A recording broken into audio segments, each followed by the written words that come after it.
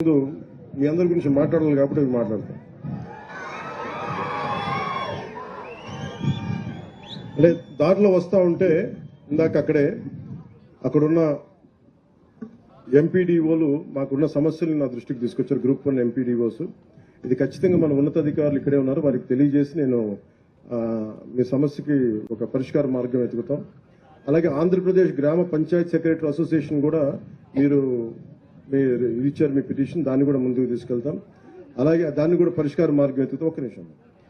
గ్రామ సచివాలయం engineering assistant అసోసియేషన్లో మీకు కూడా ఒక బలమైన పరిష్కార మార్గం వెతుకుతాం. ఎందుకంటే నేను ఉట్టిన గాల్లో మాటలు లేను, అందుకని కూర్చోబెట్టి మీకు చప్పట్లు కొట్టేలా మాటలు కాకుండా నిజంగా మీ చేత మెప్పు పొందేలా చేయాలనుకుంటాను. ఎందుకంటే అదొక్కటి మీరు అర్థం చేసుకోండి. ఒక్క నిమిషం ఉండు.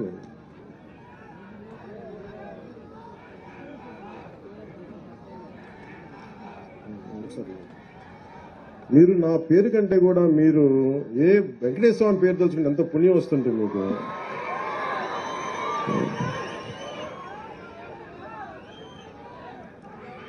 అలాగే గౌరవం గారు ప్రత్యేకించి మన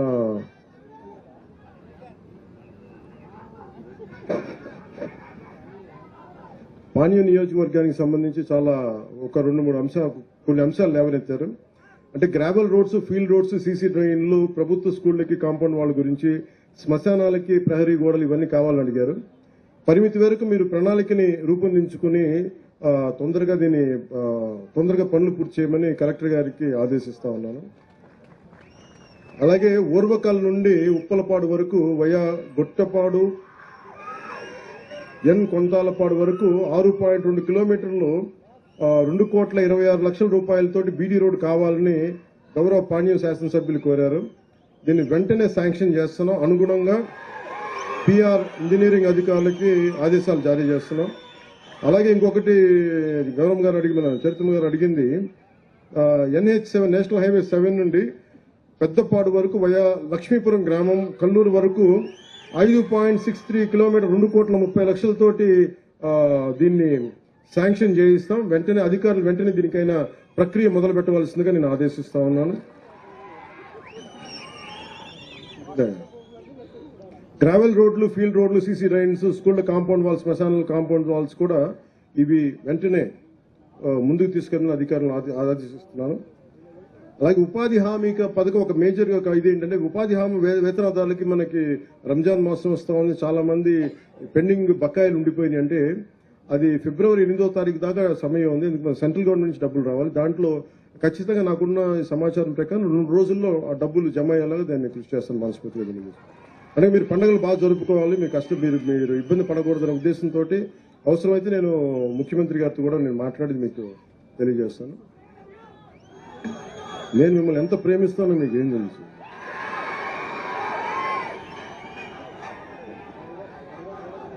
అలాగే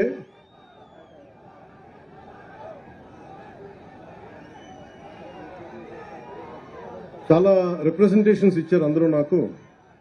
కొంతమంది మన తెలుగుదేశం పార్టీ నుంచి, మన బీజేపీ నుంచి, మన జనసేన నుంచి కూడా వచ్చారు.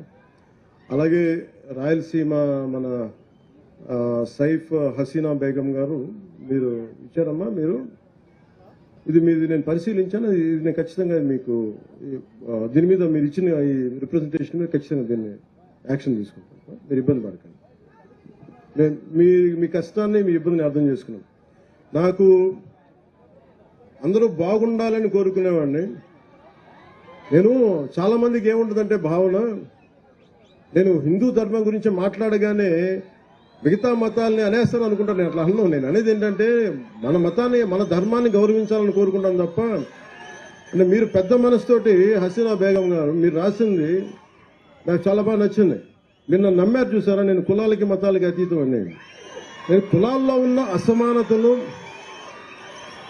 మతంలో సమానతలు కోరుకునేవాడిని తప్ప అసమానతలు ఉండకూడదు, కులాల్లో మా మత ధర్మాల్లో సమానత ఉండాలని కోరుకునేవాడిని తప్ప ఏ ఒక్కరు కూడా ఇబ్బంది పడకూడదని మనస్ఫూర్తిగా ఆకాంక్షించేవాడిని.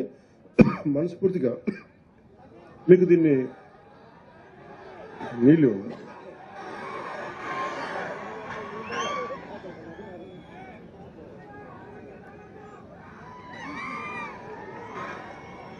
నా ఆరోగ్యం జాగ్రత్తని మీరు అంటే మీరుండగా నాకు భయం ఏంటి చెప్పు.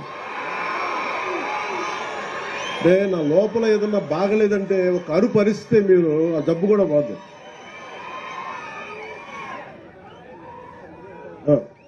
అలాగే వాల్మీకి బోయ సంక్షేమ సంఘం నుంచి నాకు రిప్రజెంటేషన్ అందింది. ఇది ప్రత్యేకించి కేంద్ర ప్రభుత్వం రాష్ట్ర ప్రభుత్వం కంటే కూడా కేంద్ర ప్రభుత్వ పరిధిలో ఉండేది. ఏ కులాలని ఏంటి అనేది ఉదాహరణకి మన తెలంగాణ విభజన జరిగేంత మన విడిగా ఏర్పాటయ్యాక దాదాపు 26 కులాలని 29 కులాలను బీసీల జాబితా నుంచి తొలగించారు. సో ప్రతిదీ చాలా క్లిష్టమైన కష్టమైన ప్రక్రియ. కానీ పదే నేను పోయినసారి వచ్చినప్పుడు కూడా వాల్మీకి బోయ సంక్షేమ సంఘం నాకు ఈ రిప్రజెంటేషన్ ఇచ్చారు. ఖచ్చితంగా దీన్ని గౌరవ ముఖ్యమంత్రి గారితో మాట్లాడి కేబినెట్ లో మాట్లాడి దీన్ని వారికి తెలియజేస్తాను మనస్ఫూర్తిగా మీకు తెలియజేసుకున్నాను. అలాగే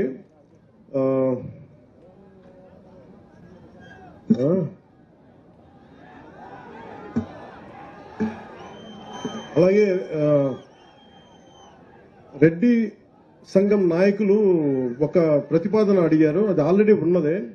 మన కర్నూలు ఎయిర్పోర్ట్ కి స్వాతంత్ర సమరయోధులు ఉయ్యాలవాడ నరసింహారెడ్డి గారి పేరు పెట్టాలని. ఆయన పేరు కాకపోతే ఎవరి పేరు పెడతాం? అంటే బ్రిటిషోడు భయపడ్డాడంటే ఉయ్యాలవాడ నరసింహారెడ్డి గారు లేకపోయిందంటే ఈ పాటికి ఎలా ఉండేది. అలాంటి ఆ మహానుభావుడి పేరు పెట్టకపోతే ఎలా. అందుకని ఖచ్చితంగా దీన్ని ముందుకు తీసుకెళ్ళి ఏదైతే చిన్న చిన్న హికప్స్ ఉన్నాయో వాటిని అలాగే ముందుకు తీసుకెళ్తాం.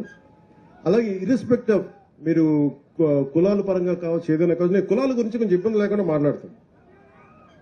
ఇప్పుడు నేను మందకృష్ణ మాదిగ గారి గురించి మాట్లాడాను. అంటే నేను మాదిగ సర్నేమ్ పెట్టుకోవాలంటే ఎంత గుండె ధైర్యం ఉండాలి, ఎంత సెల్ఫ్ రెస్పెక్ట్ ఉండాలి, ఎంత ఆత్మగౌరవం ఉండాలి. అలాంటి ఆత్మగౌరవ పోరాటాన్ని చేసి నేను ఇబ్బంది లేకుండా మాట్లాడతాను. అలాంటిది నేను మాట్లాడుతున్నప్పుడు చాలా మందికి ఇబ్బందిగా ఉంటుంది. కొంతమంది రాజకీయ నాయకులు పవన్ కళ్యాణ్ ఎలా ఆయన కులాల గురించి మాట్లాడేస్తారంటే, నా జీవితంలో నేను ఎప్పుడు కులం పాటించలే, మతం పాటించలే, కానీ ధర్మాన్ని పాటిస్తాను. చాలా బలంగా ధర్మాన్ని పాటిస్తాను. నా స్వధర్మాన్ని, నా సనాతన హిందూ ధర్మాన్ని నేను పాటిస్తాను. అన్ని మతాలని చాలా గౌరవిస్తాను. అది ఇస్లాం కావచ్చు, క్రిస్టియానిటీ కావచ్చు, బుద్ధిజం కావచ్చు, సిక్కిజం కావచ్చు. I have extreme respect for all the religions. And నేను నా మతాన్ని నేను ఆరాధిస్తాను. దీనికి ఏం చేయాలి? అలాగే నా మనసు ఎప్పుడు కూడా ఈ దివ్యాంగులకు సంబంధించి ఎప్పుడు చాలా బాధ ఉంటుంది. అలాగే నా దృష్టికి ఈ రోజున మన ఎమ్మిగనూరు మండలం నుంచి కర్నూలు జిల్లా శ్రీవాణి పుట్టుకతో బెడ్ రిడెన్ అని చెప్పారు. పెన్షన్ టు బి ఎన్హాన్స్డ్ 6,000 నుంచి 15,000కి. ఖచ్చితంగా మీకు ఇప్పుడే మాటిస్తాను, దాన్ని ముందుకు తీసుకెళ్తాను ఖచ్చితంగా. అని నేను డిప్యూటీ సీఎం పేషితో నేనే ఫాలో అప్ చేస్తాను.